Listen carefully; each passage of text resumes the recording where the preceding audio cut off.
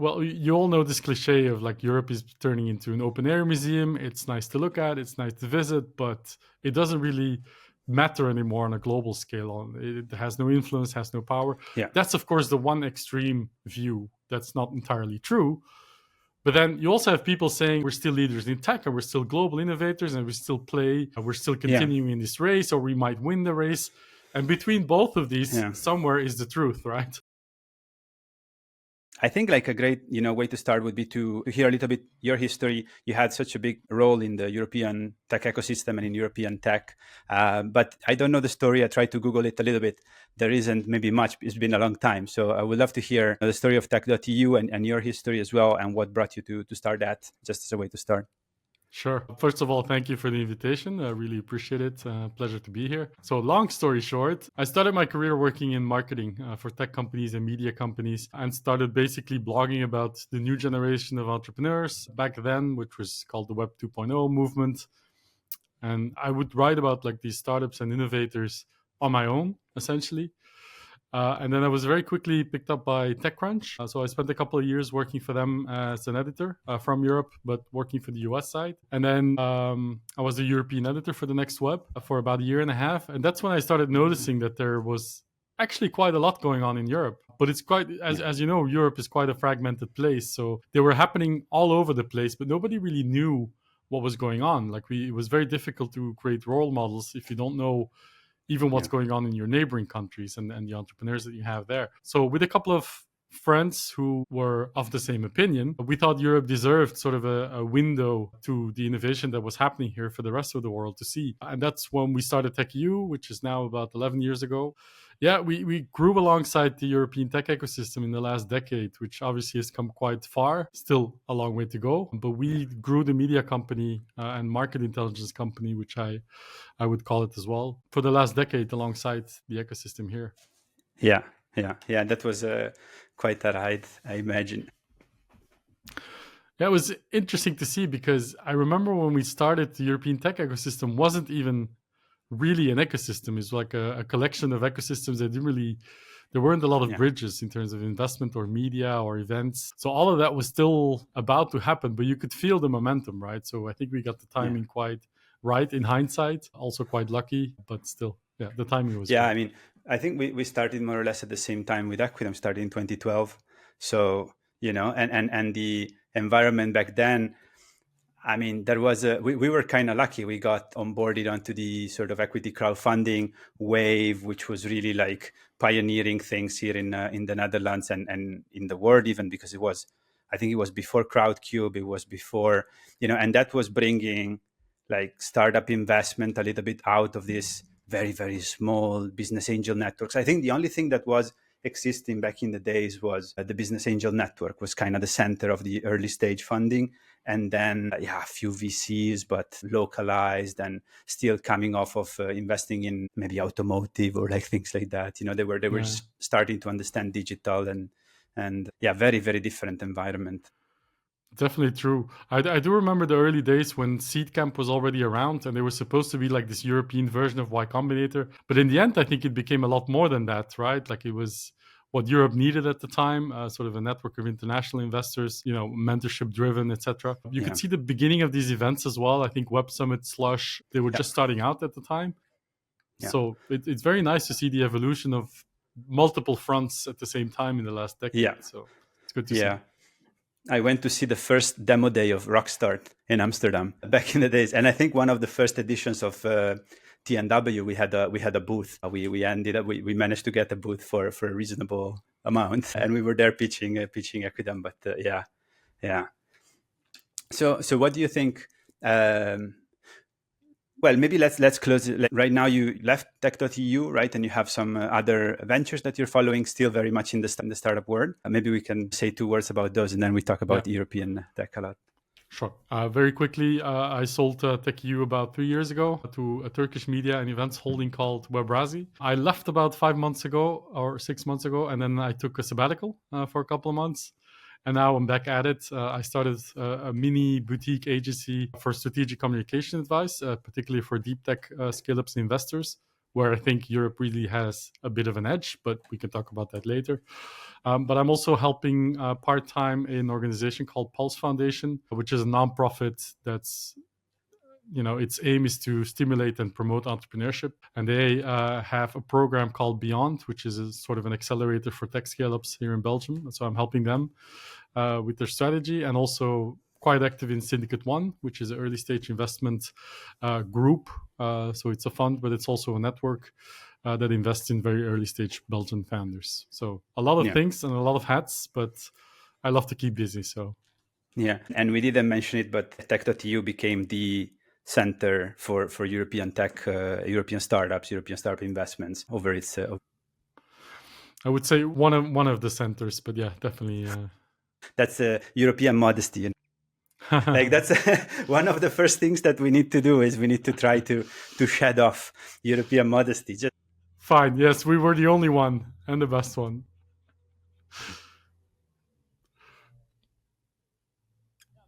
I'm serious, it's one of the things that, like, when we want to communicate, especially we want to communicate internationally, we need to talk on the same terms on those things. And we had this, on our side for a long time. I mean, what we do in valuation is also related to communication in a sense. You want to communicate future and financials and stuff. And like, we really saw different attitudes in different places. And sometimes in Europe, you really need to give founders a little bit of a push to be more Absolutely daring and go a little bit beyond.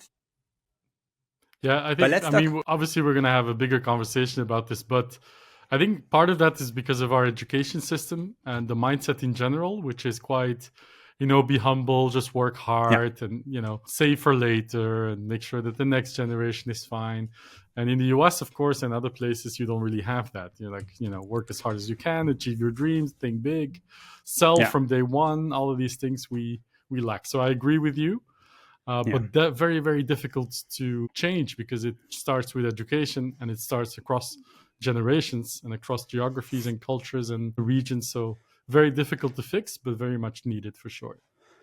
Do you think it's just a matter of time, like cultures go towards that? Or is it something that needs qualitative change? And this is just comparing 15 years ago when I started really writing about tech and 10 years ago when I started Tech.EU. The level of ambition of European founders has grown so incredibly much. And because now they have role models and they have good example and best practices, they're multiple times over founders and operators in scale-ups. So as the ecosystem matures, of course, it has a knock-on effect. You have more ambition, you have more ambitious investors for that matter, that are more comfortable with investing big amounts at higher valuations. So it's just an ecosystem. It's a flywheel that's spinning, right? But of course, it requires time, but it's all going in the right direction, in my opinion. Yeah, I agree. Let's talk a little bit about the stakes, right? I saw your presentation at ITAPA in Slovakia about the state of European tech. Like, what are the stakes nowadays to actually getting innovation right in Europe? Yeah. Thank you for watching the video, by the way. So I was in Bratislava last week to talk about not just the state of European tech, but the state of European competitiveness, which is closely related, of course. But one of the main findings in the research that I did to prepare for that keynote is, and we all know the Draghi report, or at least heard of it, but I've read the Draghi report, from top to bottom a couple of times, which is quite dense. But it's a very, very concerning picture that he paints because the productivity growth in Europe is basically ground to a halt, right? Like, it's basically so bad that the gap with the US and China is becoming so wide, and the level of productivity growth that we're even projecting in the future is so incredibly low that this juxtaposition that you have with, places like Silicon Valley and Southeast Asia, it's just going to get worse. Right? Yeah. So the only way out of that is to innovate and to invest in the things that you're strong in, whether it's decarbonization and energy on one side. He also talks about reinvigorating sort of the values that we have in Europe. But the main one is innovation, right? It's innovating, investing in innovation, being quite bold and radical. That's going to get us out of that. And on the other hand of that, you have the state of European tech that basically paints a quite optimistic picture, right? Because they're talking about the 10 years before the last 10 years, and then you can really see the evolution. Yeah. And the promising signs that you have in terms of valuation, money invested, ambition level, the amount of investors that we have in funds, but Yeah. with, of course, also quite a few roadblocks and challenges and problems that we still have. So I was trying to combine both of these reports into one coherent talk. I hope I succeeded. But it's quite interesting to me that on a global level, if you look at further than just tech, Europe is doing very, very poorly. Like really poorly. I really didn't know where you were gonna go with that. Yeah, It gone could either have been way. very, very poorly or very, very good. Yeah. Yeah. In what respect? Well, you all know this cliche of like Europe is turning into an open air museum. It's nice to look at, it's nice to visit, but it doesn't really matter anymore on a global scale. It has no influence, has no power. Yeah. That's of course the one extreme view. That's not entirely true. But then you also have people saying we're still leaders in tech and we're still global innovators and we still play, we're still continuing in this race, or we might win the race. And between both of these, somewhere is the truth, right? And that's what I'm trying to find out. Yeah, for me, when you look at macroeconomic statistics, it's always like the difference is between like growing at 2% and 5%, right? Which still means that like 99% of people are employed. It still means like, like the difference in like when we look at broad statistics, is not huge. But then if you project that difference in productivity over 10 years, that's where you get problems, right? Yeah, and I think one statistic that I took away from Dagger's report is that if productivity growth continues the way it is now, then by 2050, our GDP will essentially be the same. Proportionally, it will stay the same, which is problematic because if you don't grow, it's like a bicycle. If you don't pedal, eventually you stop moving and you fall. Yeah. So it's like if you want to stay in the race, you have to pedal, which means you have to grow, you have to invest, you have to look for the next growth engines. And that's not really something we're doing quite well at the moment. Yeah. Yeah. And the comparison with others, right? So the comparison with ourselves is useful, right?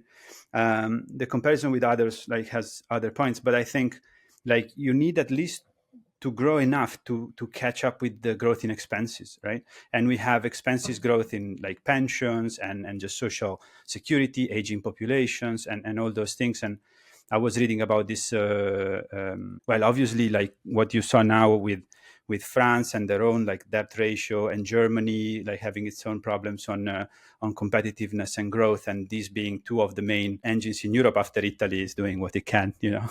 I'm always behind the curtain supporter of Italy, but it's always difficult to do that.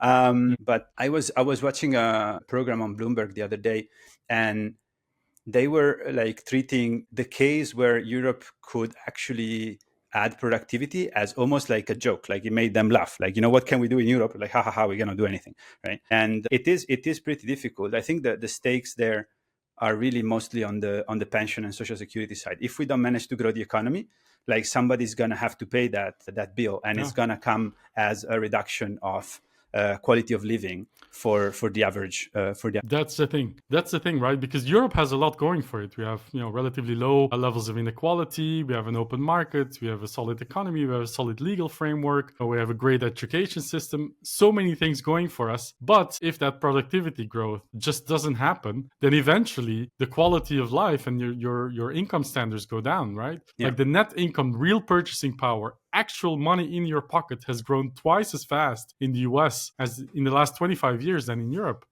That's huge, right? That's incredibly big. So it's also creating an environment where you have polarization, where you have political extremes. So that's one of the reasons I think there's so much tension, and that the extreme right is coming up, because there's like an environment or like a ground for civil unrest and struggles. Yeah, you increase the pressure on issues that are already difficult on their own, and you add economical pressure to that. That's how you get even worse outcomes. Yeah, exactly. I was on The Economist. I think it was mentioning the average US citizen is like a third more productive now as a European one in terms of like output that they can generate, and then of course that translates into their own salary and purchasing power and so on, which is incredible, because like 20 years ago, like it was almost even, but because of this difference, nice. And well, not and everybody, nice, but... It's not nice at all. It's one of the biggest problems that we have. It took me the Draghi report to you already kind of know when you hear about it, and then you hear other things. But it took me the Draghi report to really, really see how big the problem is and how fast this can snowball into even bigger issues. So if you haven't read it yet, to everyone who's listening or watching, read the Draghi report, or at least the summary. It's 67 pages. It's doable. It's not too bad. It's doable, yeah. And yeah, that's the funny thing, right? Everybody talks about it, but like, what's the percentage of people that actually read it? It's interesting. I haven't read it, like, full disclosure, right? For sure. It's quite a dense report. Yeah. It's not easy. The State of European Tech is well designed. It's meant to be read, or like the executive summary. The Draghi report is kind of a typical, very dry, a very data-driven report. So it's not a fun read. Let's put it that way. He was commissioned to do that report, right? Yes. So the European Commission asked him to give his personal opinion, data backed as an economist, of course, to the Commission on what is happening and what can be done. And by the way, not everybody agrees with either his conclusions or his remedies or the recommendations that he gives, because it's going to take a shitload of spending, and he doesn't really offer that many solutions. It's common debt and joint borrowing, but I mean, that's problematic for a lot of EU member states, of course. Yeah, and that's what they're suggesting kind of everywhere now, right? With this return to governmental investing and strategic industries as well. And I think there is a bit of covering up of interest, because, of course, the more, as a government, the more you invest, the more power you have as well. So, yeah. Yeah, and it's very difficult not to be political about this, because if you're going to spend 800 billion euros a year more on getting us out of this situation, that money has to come from somewhere. And that's never an easy conversation to have. Yeah, yeah. So let's talk about sort of what you saw, right? So I think the State of European Tech report reports about 8 times more investment in the past 10 years compared to the previous ones, or something like that. But like, you know, what did you see in your years, like, reporting on the scene? Yeah. By the way, one of my favorite statistics from the State of European Tech report is that in the 10 years before the last decade, I think about $43 billion was raised by startups. This year alone is going to be 45 or more, right? Nice. So in 1 year, 10x. and of course, it's gone down compared to 21 and 22, which were crazy years. But I mean, if you look a little bit further back, then of course it's a great evolution, and then suddenly the numbers look fantastic, right? 10x is great. Yeah. Sorry, what was your question? No, like it's. I'm just like trying to. Do you know what's that in percentage to GDP, and like compared to other countries? Like, are we still like extremely under financed? Let's say. Not by heart. I do know the spending that we have on R&D is incredibly low compared to the US per capita, which is one of the, because people always look at Europe versus Silicon Valley, and I understand why, but what you really need to look at is how has R&D spending in the US evolved in the last 25 years compared to what Europe has done. They've gone from automotive and pharma to hardware and software to digital technology in the last 25 years. We've stayed with automotive. The top 3 spenders in R&D here in corporate Europe are still 3 automotive companies, which is insane if you think about it. So we haven't made that shift yet, and now we're that's forced the whole to, US, right? So we're including like Texas, we're including Wyoming, we're including places that are not doing. It's not only Google and Nvidia and no, but it's per capita, so at least you can make real comparisons, right? Yeah. But then exactly. And one of the things for me, at least one opinion that I was reading again on The Economist, is that Europe is less productive as the average company is much smaller. And if the average company is much smaller, they don't have incentives to make these bigger investments to increase productivity. Plus, if they invest in R&D, obviously they do that to a lesser extent, because just the returns are also smaller. If you cannot become a 5,000 or 50,000 people company that easily. So you're also going to hold back on your R&D. Exactly. We're a continent of SMEs, right? Like, we really built on small and medium enterprises. We don't have $1 trillion company here. In fact, of the 50 biggest tech companies, I think we only have 4 in Europe, something like that. Could well be. So that is, of course, one of the problems. Yeah. My question was, like, aside from the European State of Tech, like, what did you see during your years reporting on the scene? Like, what were the changes that struck out to you? Yeah, what I have always enjoyed a lot is going to the less mature ecosystems, let's put it. So I would travel to places like Moldova and Romania and the Baltics, and I'd be quite interested in seeing how undeveloped the ecosystem was. But you can see any ecosystem has like a number of ingredients, right? You need startups and entrepreneurs at the center of it, but then you also need investors, and you need corporates, and you need schools, and you need a service Laws. industry. It could be legal, PR, events, and it could be, of course, policymakers may make up a big part of that ecosystem as well. But these are all like small ecosystems, one by one, right? More and more, I've seen these level up to sort of a more bridged or connected version that we can finally talk about the European startup and investment ecosystem lately. 10 years ago, when we started Tech.EU, that wasn't really the case yet. Yeah. So that's very encouraging to see.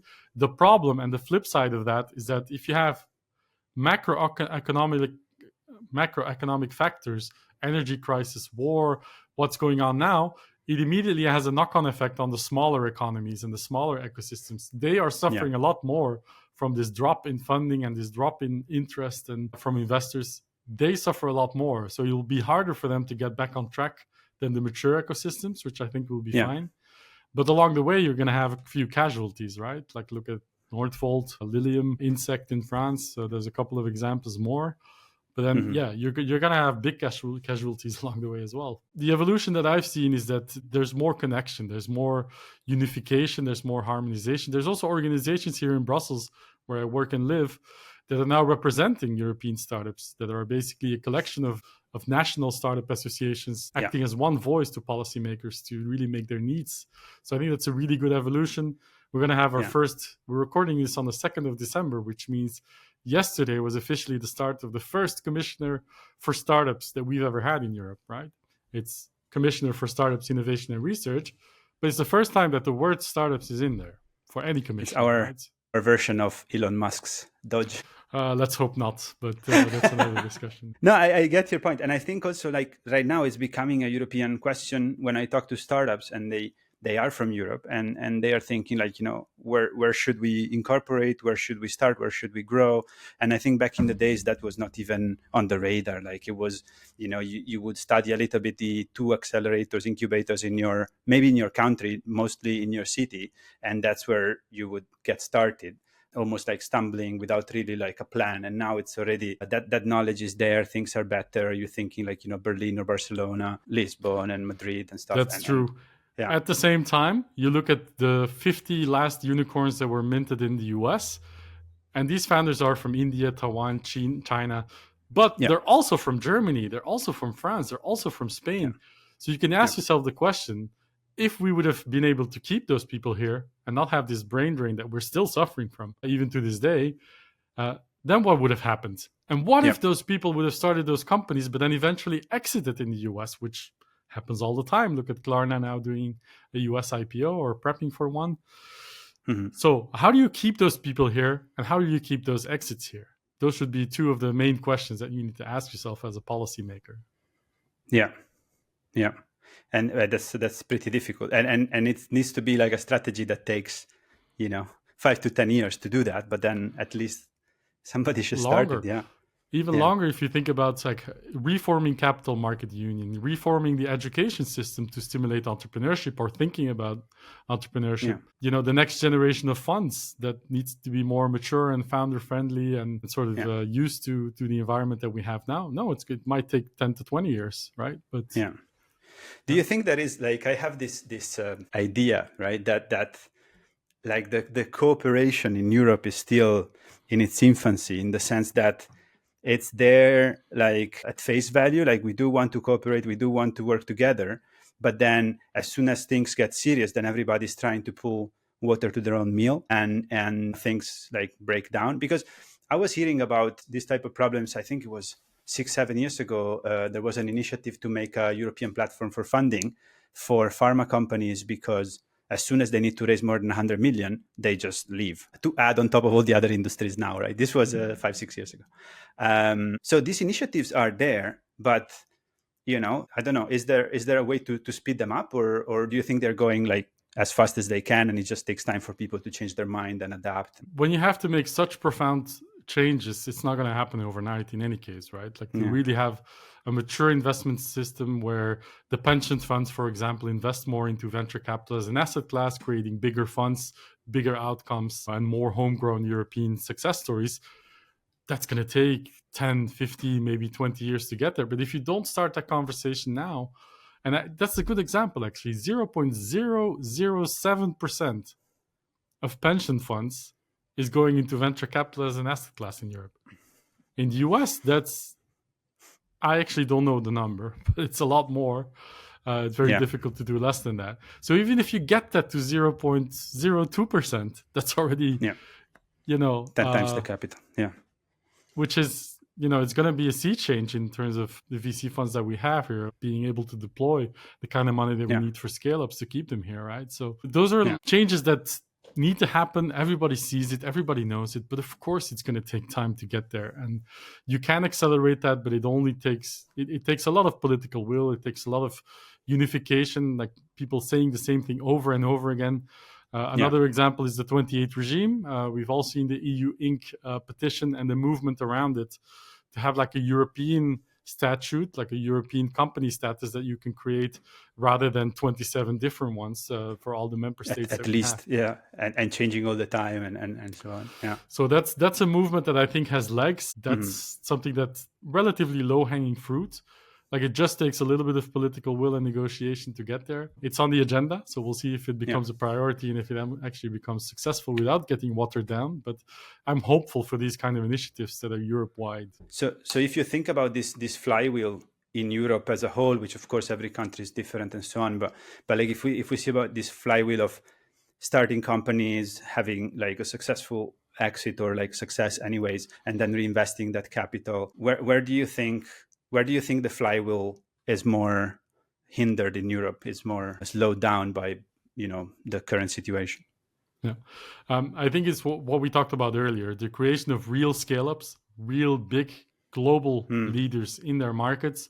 Those are the ones that typically have this trickle-down effect, that it doesn't only create lots of millionaires, but it also creates knowledge. And if that knowledge stays inside the ecosystem, 100%. You can build on those foundations to do more scale-ups. The problem is we don't have that many scale-ups because we don't have the financing power to really create those gigantic leaders of tomorrow, right? So we're very good at that flywheel at the early stage. There's so many accelerators and angel investment networks and incubators and government-funded initiatives and European-funded initiatives. I think we're good there. It's not saturated, but we're good. We're doing well. Once you get to scale-up phase in terms of financing and support and talent, that's where it becomes problematic. Interesting.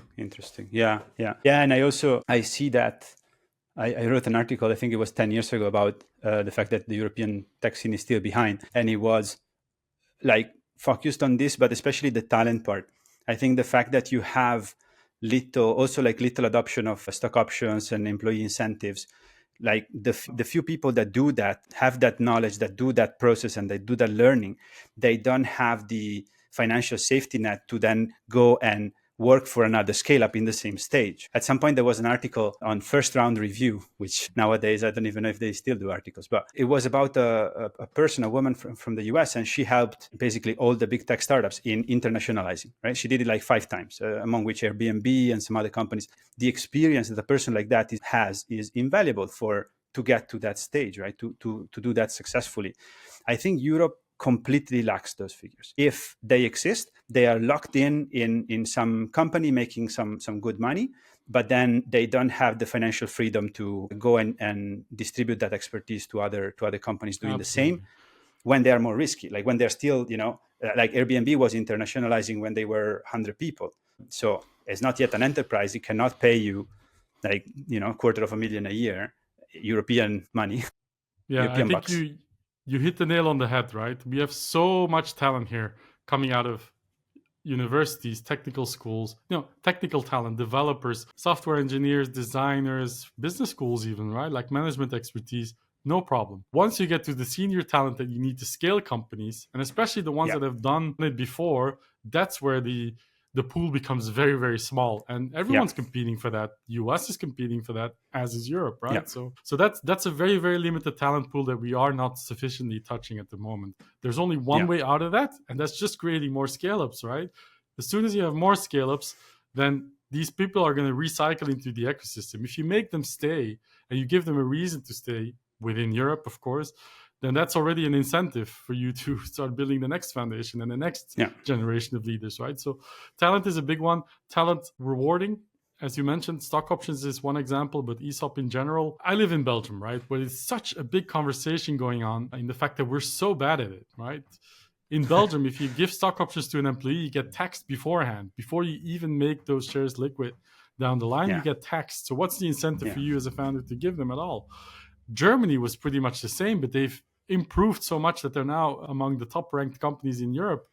And that happens over the last few years, right? So there is a way out of this, but you need to like hit that nail repeatedly to get there. Yeah, definitely. And it's doable. It is changing, but interesting. Yeah, I mean, the Netherlands is in the same boat. Like regulation is coming out, but the original one, and there are like the most used instrument at the time was stock appreciation rights, which for a startup normally paid out on profit and things like that. So for a startup, that those would not work, and they never worked. But for those listeners or watchers that don't know, there's a ranking called Not Optional, started by Index Ventures. It's notoptional.eu, and there you can find the ranking of the European countries that actually do the best policies when it comes to ESOP. And I think the Baltics are historically in the lead there. Yeah, and if human resources are critical to your startup design, and they're going to be like an extremely important competitive advantage, then being in a legislation that allows these things. We were talking about this in the previous podcast episode with equity people.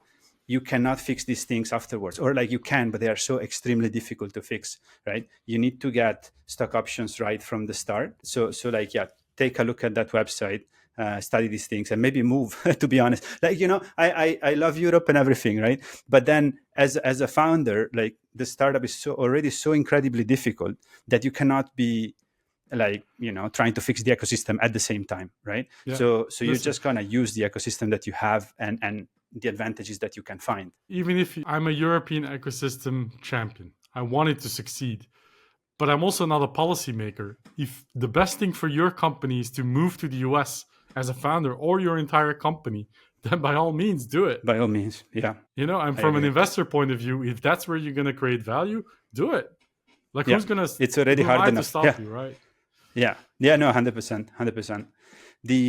So this is like, the sort of the difficult points, right?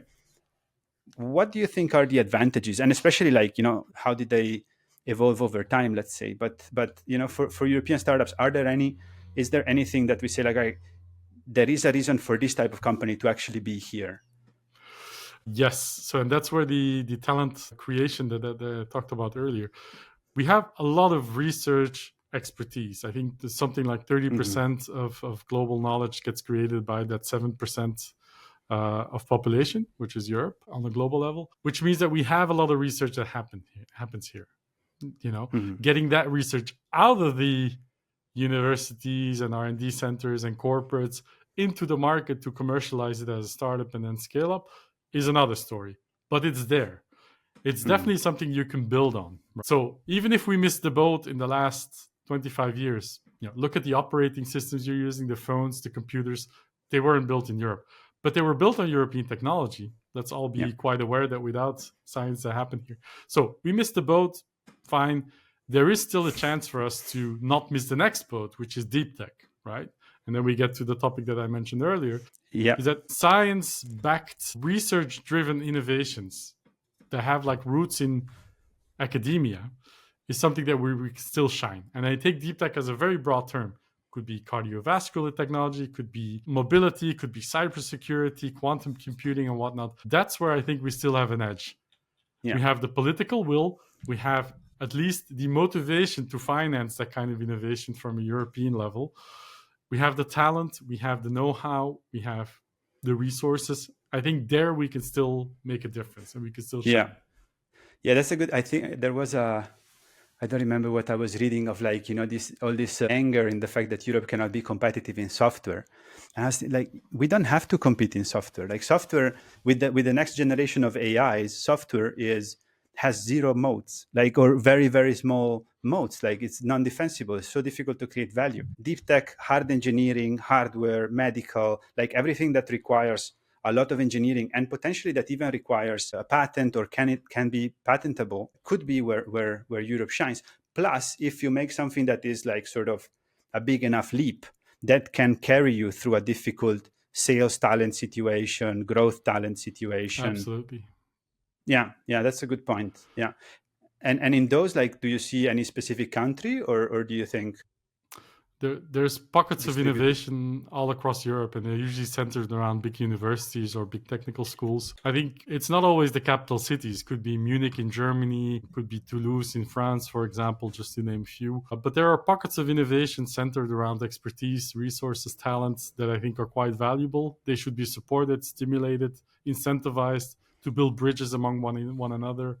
As well, and financed like hell, right? to get to the next stage. But it's happening mostly in the mature ecosystems, I have to admit. In the less mature ecosystems, it's a struggle to survive on its own, let alone like be really innovative and take very, very big leaps in terms of ambition level, and finance is just a lot harder.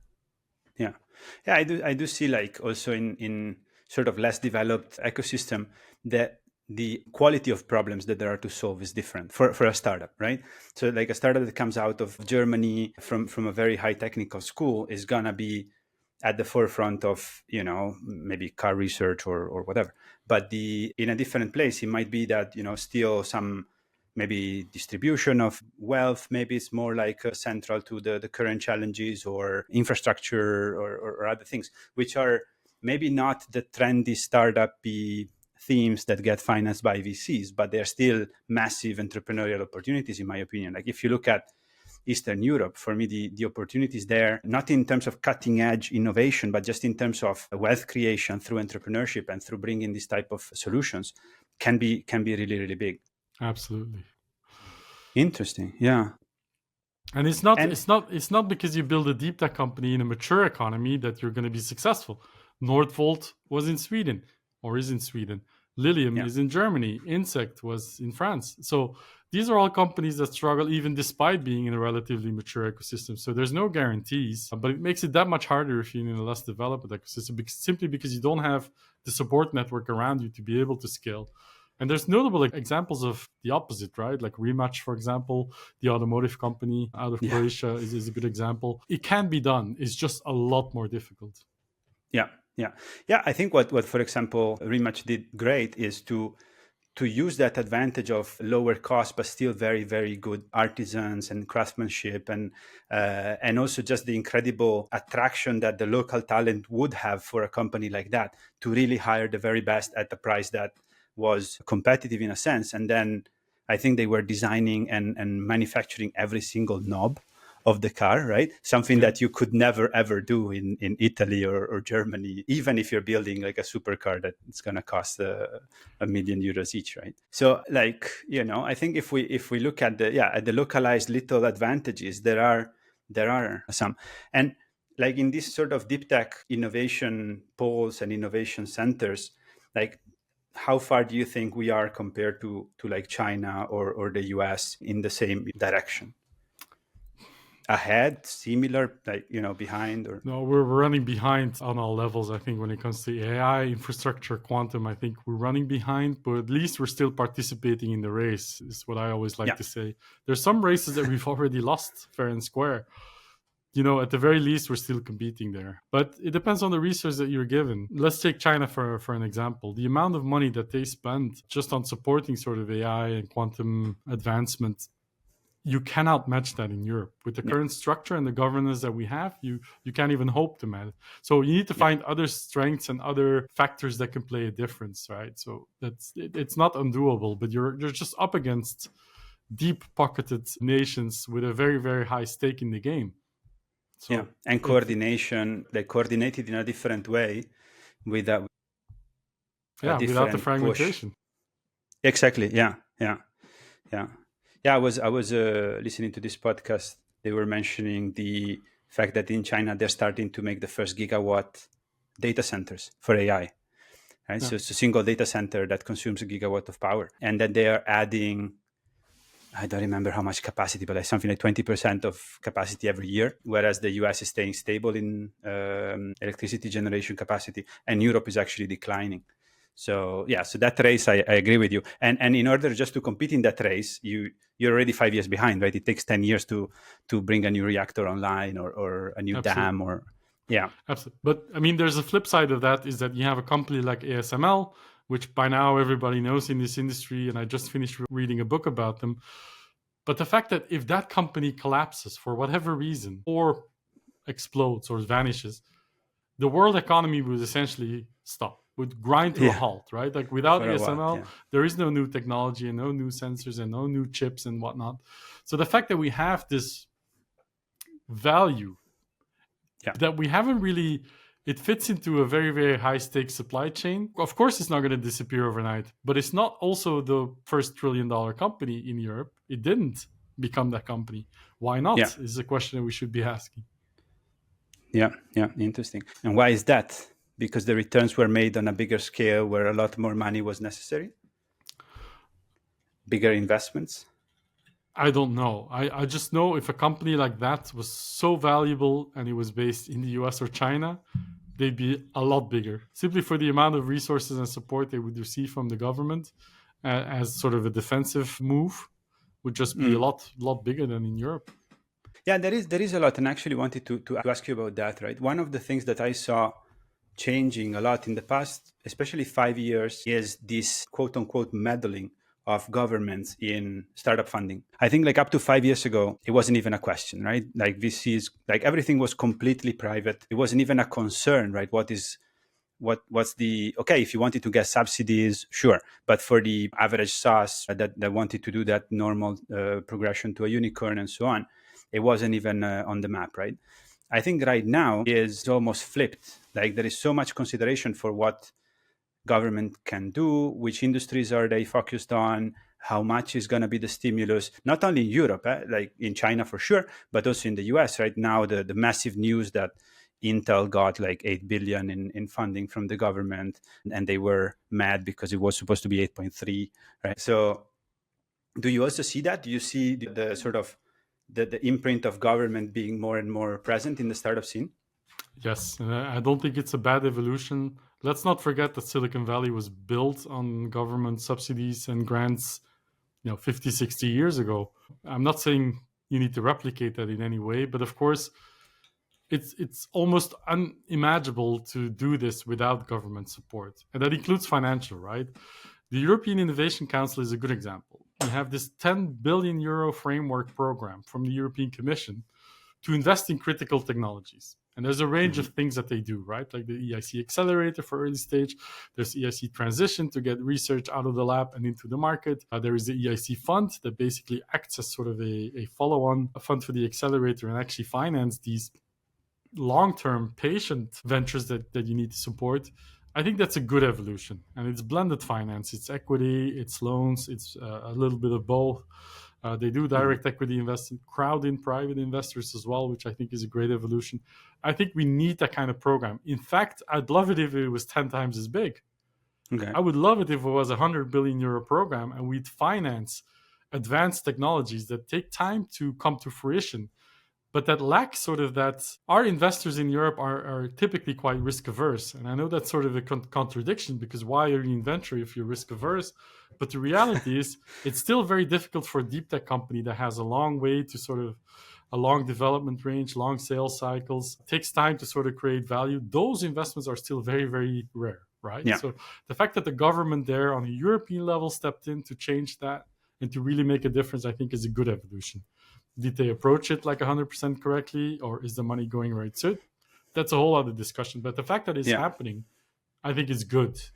It's good for the ecosystem, it's good for Europe, and it's good for us as a society. Yeah. No, I would make it like 10 times bigger, but I would spend the other 9 times in simplifying things rather than, investing directly capital. True. And as I said, like convince pension funds to allocate more private capital to venture capital, and you have played a major role without spending money. Yeah. I don't know. I think, the limited size of investments and the limited involvement of pension funds as well. Well, that's also historical, but it has also a lot to do with the fragmentation of just not the European tech scene, but the European consumer market, right? You need to physically launch in every country. You need to have different languages. You need to have different PR teams, appear in different journals, right? Whereas you get your article on the Financial Times or the New York Times or something that's just read nationwide, right? And you get a pool of 250 something million customers straight away. That's what I think. Rather than investing so much directly, That's true. Work on opening those barriers and simplify that.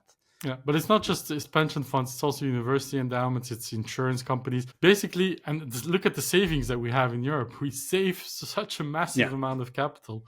So there is a lot of money and there's lots of capital, but it's not going to venture capital for a reason. Fragmentation is one, but also the relative immaturity of the venture capital as an asset class in Europe. There is just not a huge track record yet for exits in this space and scale ups and leaders.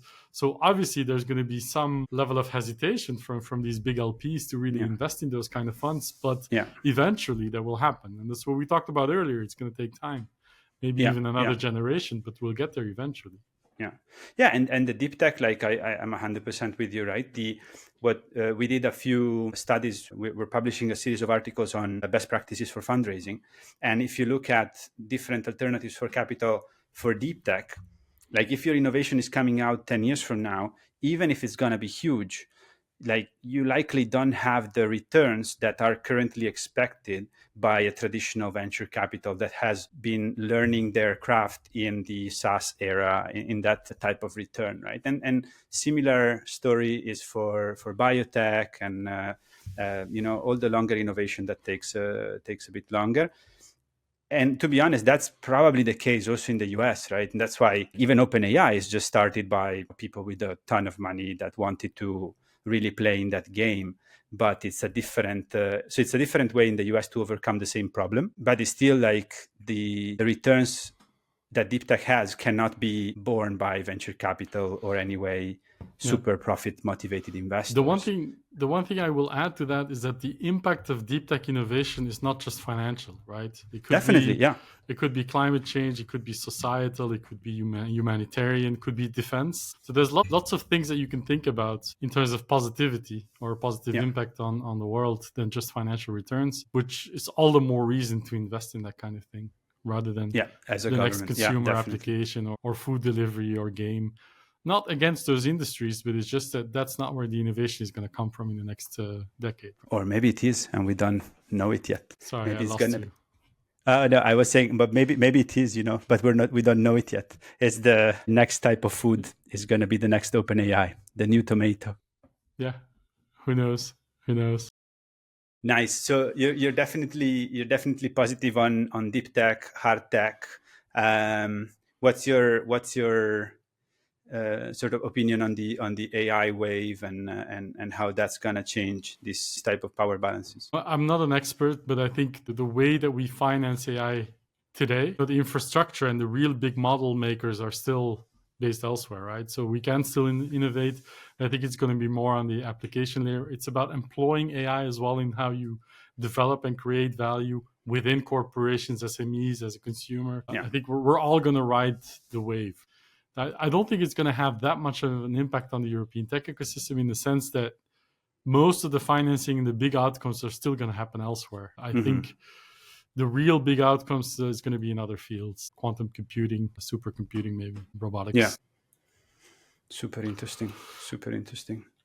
Do you use AI a lot yourself? Yeah, as much as we can. Personally, again, it's the same story of you might have to move to another country, right? Like what we do, competing as a small company against the whole world, basically, and try to be in the top, 1% of people mind and attention and stuff, is so hard that I think you need to take all the advantages that you can, right? And there are, I think, well, we don't use it in the way that it could be used, like make 1,000 posts a day and fill the internet with useless articles. Please don't.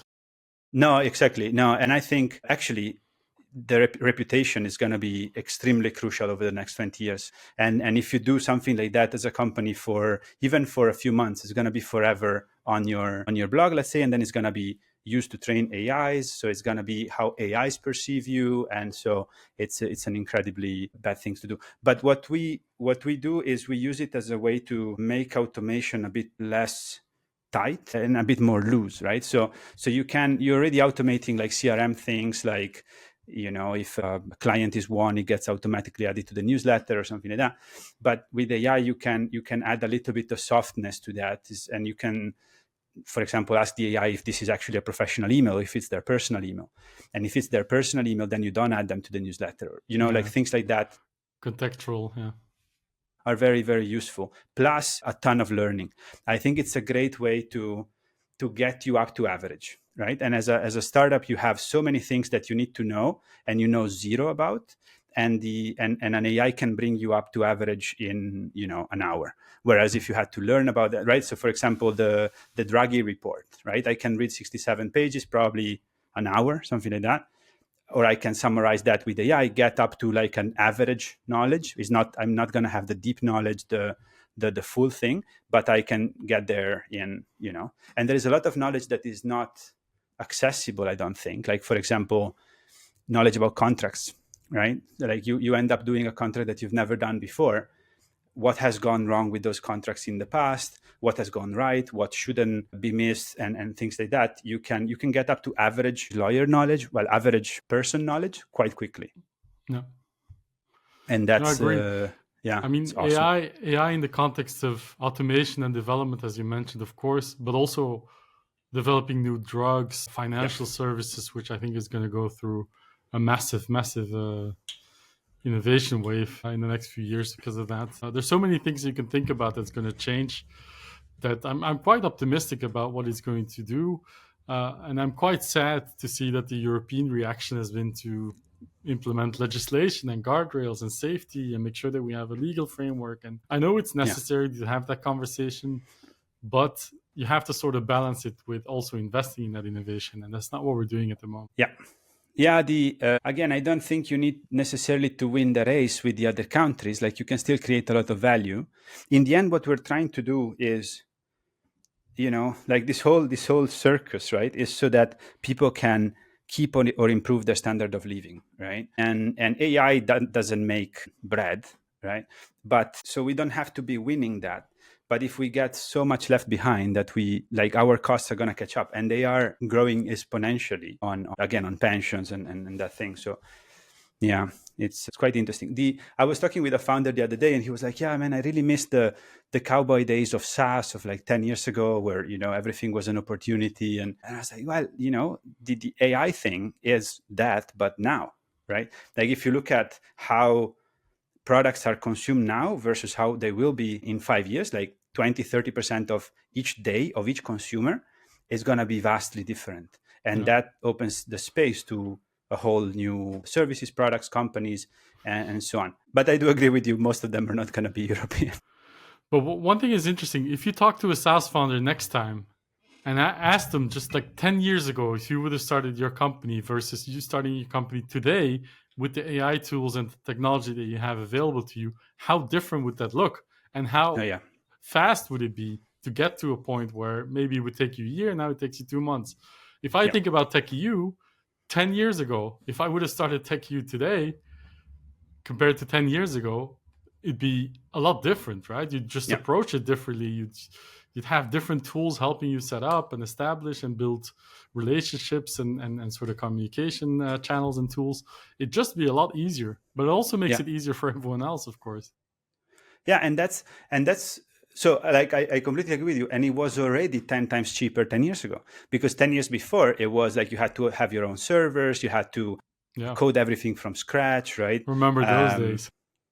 Yeah, and you had to make websites with tables, with .NET and CSS2, and beautiful times. But I completely agree. And I think that's also something that has been missed by a lot of the investment community, is the SaaS game is known, is a lot cheaper, and the risks are known as well, right? So the traditional SaaS, so first of all, the traditional SaaS is hyper competitive. If you're making like a booking service for hairdressers, right, there's a billion.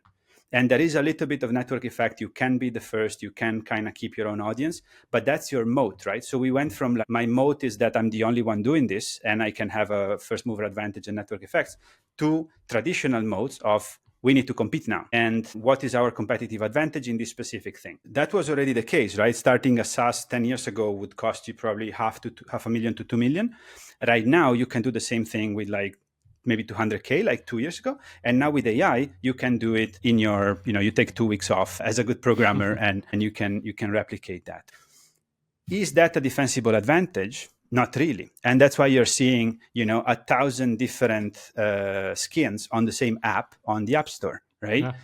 Because that's what's going to happen everywhere. So as investors, as VCs, like in my opinion, you should completely shift away from software. Like I still don't understand. I think still YCOM, the last cohort was like 95% software, and I think that's gonna come crashing down on a lot of investors. I think you're 100% right. And imagine being an investor in the enterprise SaaS software space today.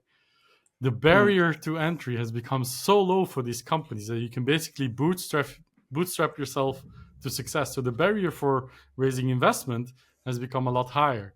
So if you're an investor and you're used to investing in early stage, pre-seed, pre-revenue SaaS, then what's your place in the world still, right? Yeah, they don't need you. Yeah.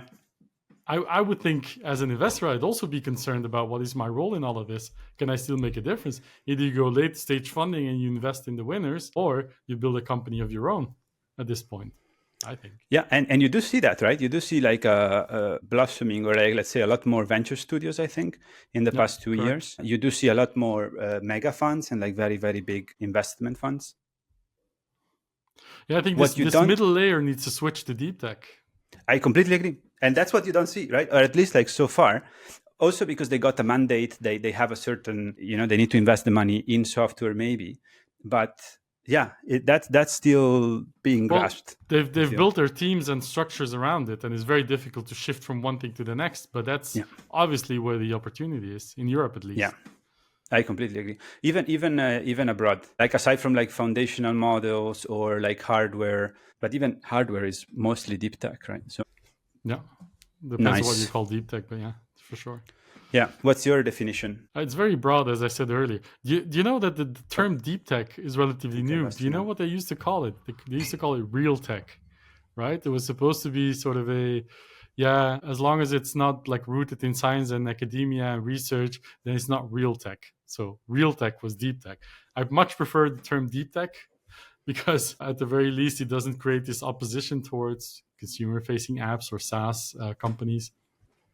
Which I think is still valuable, of course. But deep tech for me is a lot, right? Like it's climate tech, it's mobility, it's transportation, cybersecurity, biotech, pharma. There's so much that sort of spans this space, and not a single investor, not a single organization or government department right now is focusing on that because it spans so many industries. That also makes it so difficult to evolve, right? You have to align so many things at the same time.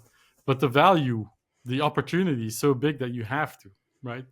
There is no other choice. Is there still this connection with like phase 1 research, phase 2 and phase 3? Like, is that still, I remember many years ago, that's how you would look at it. Like phase 1 has to be financed by government because just the application is so far away. And then phase 2 can be half commercial. And then phase 3 is that still talked about?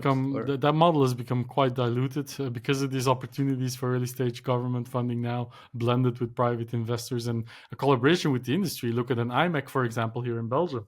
There's basically one huge research center for the rest of the world, but also has a startup incubator and a venture funding model and a follow-up fund for late stage. So that sort of harmonization of the industry into one company is what needs to happen in multiple pockets across Europe.